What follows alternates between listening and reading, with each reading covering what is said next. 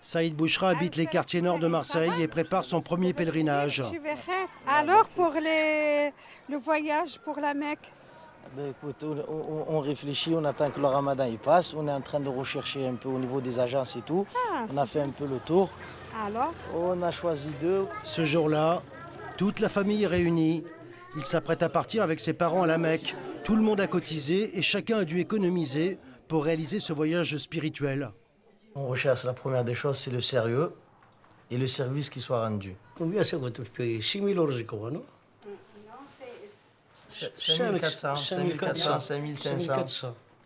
5 400 5 400 par personne. C'est ça.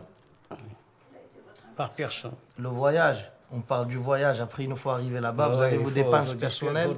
C'est à part. Il faut moins de 10 000 euros. À Marseille, pour bon nombre de musulmans, ce voyage est devenu le rêve de toute une vie, car il constitue le 5e pilier de l'islam, à condition cependant d'avoir une bonne santé physique et financière. On retrouve Saïd en compagnie de ses parents dans l'une des 6 agences agréées de la région. Le directeur, c'est un imam de Marseille.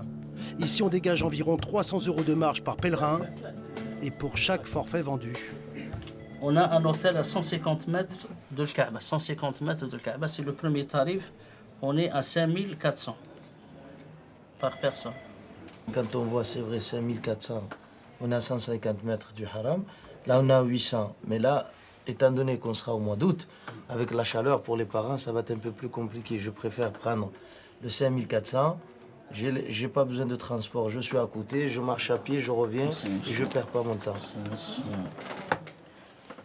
Ça fait pratiquement 3 ans qu'on travaille avec le ministère de l'Intérieur, le ministère du Tourisme et de l'Intérieur pour cette charte de qualité.